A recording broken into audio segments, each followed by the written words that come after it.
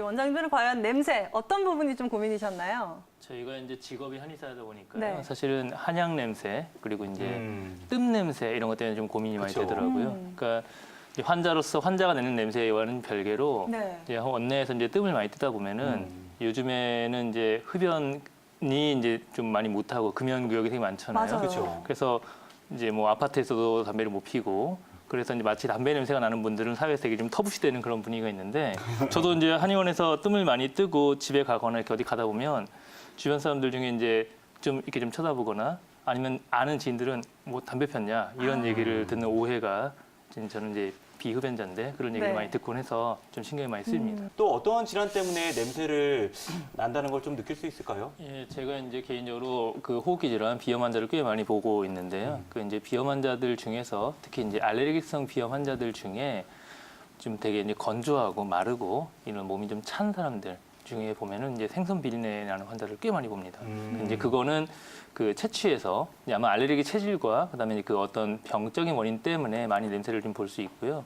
그리고 또 이제 비염이 좀 심해지면 축농증이나 합병증이 생길 수가 있는데 이 축농증이라고 하는 거는 말 그대로 부비동 자체에 이제 염증이 고여 있게 되다 보니까 그 보통 이게 이제 아이들이나 또는 심한 경우에는 성인들까지 이제 구취나 비취, 그러니까 입에서 냄새가 나는 걸로 오인받기도 하고 실제로 이제 코에서 냄새가 나서 네.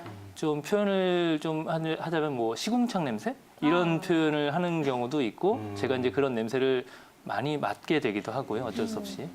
그 심지어 이제 한 일례로 제가 상당히 오래전 전에 봤었던 어떤 환자분인데 근데 특히 이런 냄새는 사실 남자들보다 여성들이 본인이 냄새 나는 것에 대해서 훨씬 더 예민하게 반응을 하고 남들은 좀 민망하니까 맞아요. 이런 경우가 많지 않습니까? 네. 근데 제가 한 10여 년 정도 전에 봤던 아마 축농증 환자였던 것 같은데요. 그러니까 그 환자분은 이제 30대 초반에서 아마 중반 정도 됐던 상당히 좀 이쁘시고 미인이신 환자분이신데 그 환자분의 심각한 고민이 뭐냐면 축농증 수술을 한 2번 정도 하고 코 안에 이제 물혹이 같이 병발돼 있던 환자인데 잘 낫지 않았던 거죠.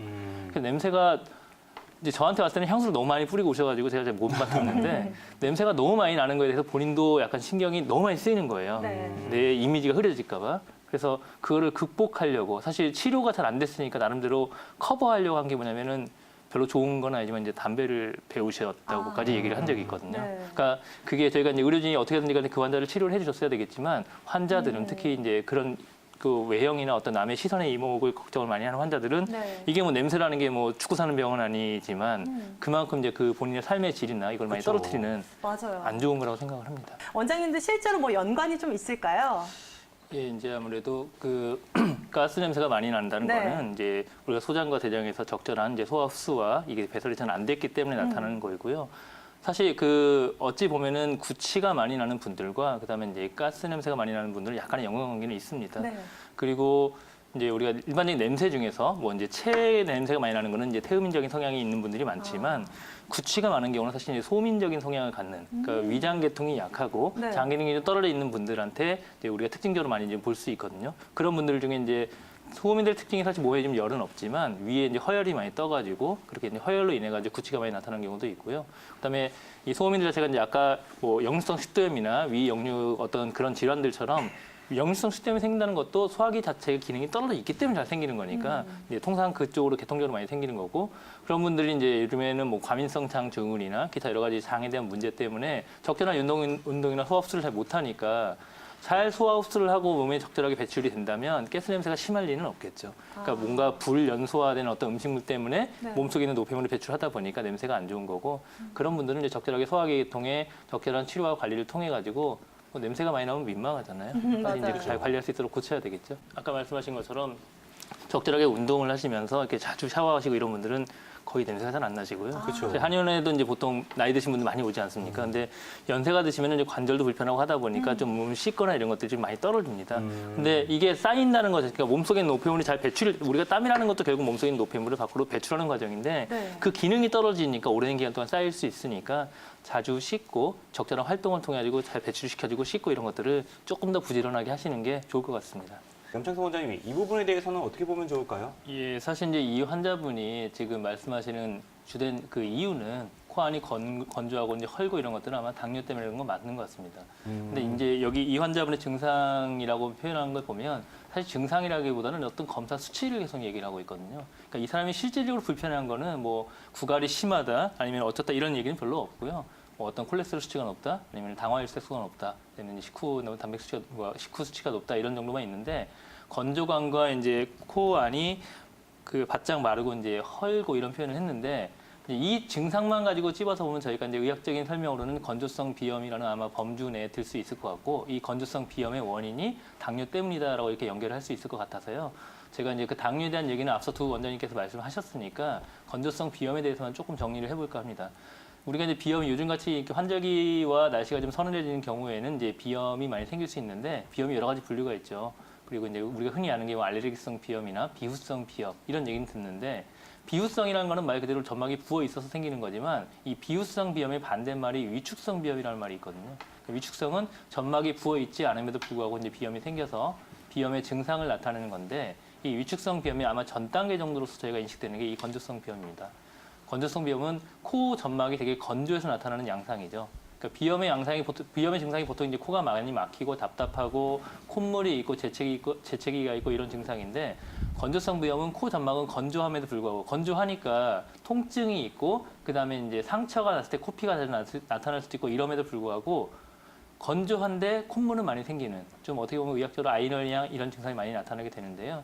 저희가 그 코 점막을 좀 비교해 보기 위해서 두 가지 내시경 영상을 한번 저희가 좀 떠왔는데 왼쪽에 보이는 정상 점막은 그 이제 코의 네 부분을 좌우로 나눠가지고 상하를 나눠서 네 부분을 찍었는데 전체적인 점막의 색깔이나 표면이 되게 매끄럽고 선홍 색깔에 가까운 형태를 띠는 반면에 건조성 비염은 공간이 막 부어 있어가지고 통로가 좁아져 있는 그림은 아닌데요. 점막 색깔이 꽤 많이 창백하고 그 뭔가 이렇게 좀 빡빡한 건조한 그런 형태를 띠고 있거든요. 그래서 메마른 느낌도 있고 이 메마른 느낌이 좀 심해지면 뭐가 있냐면은 어른들한테는 많이 생기지 않지만 보통 애들한테 이제 그 가피라고 해서 코딱지가 많이 생겨서 그게 또 통로를 막아서 많이 막히는 그런 형상을 띠고 있고요. 코가 이제 자주 헐죠. 쓰라립다는 표현을 하기도 하고 그게 이제 물론 손이 많이 가서 그럴 수도 있고 쓰라리고 코가 아픈데 이제 코를 자꾸 풀게 되면 또 콧물이 많이 나오고 이런 형태를 띠곤 하거든요. 아마 이 환자분도 지금 이제 헐고 아픈 것 자체는 몸 전체가 다 건조하니까 어느 점막이든지 간에 이제 그럴 수는 있는데 특히 이제 그 중에서 이 호흡기 계통에 관련된 코 점막에 이제 그런 패턴이 많이 나타나는 것 같으니까 아마 증상적으로 봤을 때는 건조성 비염의 한도를 볼 수 있고 치료를 할 때도 아마 그쪽을 좀 맞춰서 해야 되지 않을까라는 생각이 좀 듭니다. 네. 우리 시청자분께서 이렇게 당뇨도 있고 건조성 비염 때문에 있기 때문에 빠른 네. 한방 치료가 도움이 될 것 같은데요. 네, 정말 사진으로만 봐도 코 점막 안이 굉장히 메말라 보이고 또 쓰라림이 느껴지잖아요. 그쵸. 자, 특히나 이 비염 완치가 어렵기 때문에 보다 적극적인 근본적인 치료가 필요할 것 같은데 염창섭 원장님, 그렇다면 한의원을 방문하게 되면 어떤 치료에 도움을 받을 수 있을까요? 예, 건조성 비염이라는 범주는 사실 이제 아마 당뇨도 허혈이라는 범주 내에서 물론 이제 소갈의 큰 범주이긴 하겠지만 볼 수 있듯이 건조성 비염도 이제 허혈이 많이 뜬 환자들한테 저희가 많이 볼 수 있고요. 일반적으로 이제 비염 환자의 아까 몇 가지 분류를 말씀드렸지만 일반적인 비염 환자들은 이제 뭐 몸이 좀 차다, 코가 좀 차다, 또는 폐가 좀 차다라는 범주 내에서 그 찬 거를 좀 이제 무마시켜주기 위한 어떤 체질적인 처방을 쓴다면 건조성 비염은 허열이 있거나 아니면 실제 열이 좀 띄는 형태, 그래서 폐에 열이 좀 많다라는 범주이기 때문에 폐에 열을 좀 식혀주는 정도의 어떤 한약 처방이라든지 두 번째로는 이게 되게 건조한다는 얘기는 폐음이 좀 부족하다라는 표현을 쓰기도 하거든요. 그래서 우리가 보음시켜주는, 보폐시켜주는 처방의 어떤 맞춤 처방을 쓰는 형태가 많아서 제가 몇 가지 처방만 좀 뽑아서 말씀을 드리면 뭐 대표적인 처방 중에 이제 맹문동탕이라는 처방 또는 이제 아이들한테는 이제 가피, 코딱지가 많은 경우에는 황금탕이라는 처방 그리고 이제 최근에 이제 신이청표염이라는 처방 같은 것들을 많이 활용을 할 경우에 이 환자분의 물론 당뇨 수치나 다른 것들 같이 감안해 봐야 되겠지만 이 환자의 어떤 주된 증상을 호소하는 건조감이나 통증, 시류 뭐 이런 것들은 좀 없어질 것 같고요. 그리고 아까 제가 이제 그 내시경 사진을 보여드린 것 같이 건조성 비염 환자들은 점막이 되게 창백하고 그리고 이제 되게 메마른 듯한 그림이 나타나지 않습니까? 그렇죠. 쉽게 말해서 그 코 점막까지 혈류순환이 많이 떨어진다는 얘기가 되거든요.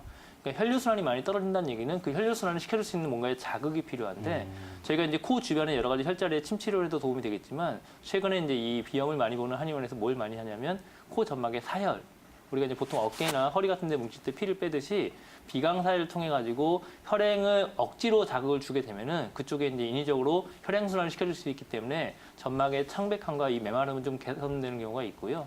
그리고 이제 많은 한약재 자체를 이렇게 변형을 시켜가지고 코에다 직접 이렇게 도포를 해줘서 그 우리가 상처가 나거나 아니면 이렇게 좀 뭐 이럴 경우에 피부에 이제 뭐 열이 뜰 경우에 이제 한의사들이 많이 쓰는 외용제 중에 자운고라는 처방이 있는데 이 자운고를 몇 가지 약재를 좀 더 가미를 하거나 실제 자운고 자체를 이 건조성 비염 환자한테 도포를 해주면 상당히 좋은 효과를 나타낼 수 있습니다. 그러니까 이런 자운고 같은 예처럼 비염에 많은 적절한 어떤 외용제를 도포를 해주는 것도 도움이 좀 될 수 있고요. 그리고 이제 아까 그 외에 뭐 뜸 치료나 침 치료 같은 것들 같이 병행을 할 경우에도 이 건조성 비염 환자한테는 상당히 좋은 효과를 나타낼 수 있고 참고로 양방에서는 이 건조성 비염이나 이 위축성 비염을 상당히 난치성으로 보고 나서 치료를 못하는 경우가 많은데 오히려 한의원에서 한방적인 접근을 할 경우에는 환자의 어떤 기대치를 만족시킬 만한 그런 좋은 성과를 나타낼 수 있지 않을까 이렇게 생각이 듭니다. 염창석 원장님, 많은 분들이 요즘에는 남성 갱년기 때문에 한의원도 많이 찾아오시잖아요. 예. 이분들은 어떤 처방을 받나요? 먼저 이제 처방 말씀을 드리기 전에 제가 이제 결국은 이제 남성 갱년기라고 하는 거는 남성 호르몬 테스토스테론 자체의 이제 감소로 인해서 나타나는 남성 신체의 변화지 않습니까? 그렇죠. 사실 그 중에서 가장 큰 건 아마 성욕 저하라고 제가 봤을 때 생각이 되고요. 성욕 저하는 이제 남성들 입장에서 봤을 때 전체적인 무기력, 그러니까 이제 몸이 이제 좀 처지고 의욕도 없고 힘도 없고 이제 이런 패턴이 되니까 그로 인해서 심리적으로 이제 자신감도 떨어지고 이게 좀 크거든요. 약간 여성화처럼 이제 눈물도 좀 많아지고 이제 그런 경우가 많이 볼 수 있는데 제가 이제 말씀드리고 싶은 게 예전에 요즘은 좀 적지만 예전에 한약재 중에서 뭐 꼭 그 좋은 한약재라고 할 수도 있겠지만 특히 동남아 같은 데 가서 이제 불법 그 어떤 포획물 같은 것들 네. 뭐 해구신이라고 하는 뭐 그런 걸 비롯해서 이제 곰의 일부 뭐 부위 이런 것들이 사실 궁극적으로 봤을 때 제가 봤을 때 이 한약재 중에 이 남성 호르몬을 올려줄 수 있는 즉 이 남성 갱년기 증상을 치료하는 그런 한약재의 처방입니다. 근데 이제 그런 뭐 해구신을 비롯한 이런 것들을 요즘 이제 동물보호법에 이제 의거해서 못 쓰기 때문에 제가 이제 그 아까 처방을 말씀을 여쭤보셨는데 뭐 녹용을 비롯한 또는 이제 저희 한약재 중에 복분자라고 해서 아마 들어보신 분들 있을 텐데 복분자라든지 아니면은 파고지라는 약재도 있고요. 그리고 이제 구자는 이제 사실 이제 부추의 일종이긴 한데 그런 약재들은 이제 남성 기능을 강화시켜주는 이제 그런 그 약재로 구성이 돼 있어서 이 남성 호르몬을 올릴 수 있는 이런 많은 약재들은 사실 남성 갱년기 증상을 개선시켜 줄 수도 있고 그 다음에 이제 이런 것들을 그 맞춤 처방으로 잘 조율을 해서 그 사람한테 맞춰서 처방을 하게 되면은 몸 기능이 좋아짐과 동시에 이제 호르몬 그 기능도 올라가기 때문에 앞서 우리 주 원장님이 말씀하셨던 남성 갱년기 증상을 개선시키는데 도움이 될 것 같고요. 한마디만 더 말씀을 드리면 남성 이 갱년기 증상을 개선시키는 또 하나의 이제 좋은 운동은 하체 운동입니다. 우리가 이제 하복기를 비롯한 여러 가지 운동을 발현할 수 있는 그런 것들을 부지런히 하셔가지고 몸과 마음을 같이 개선시키는 게 꼭 도움이 될 것 같습니다.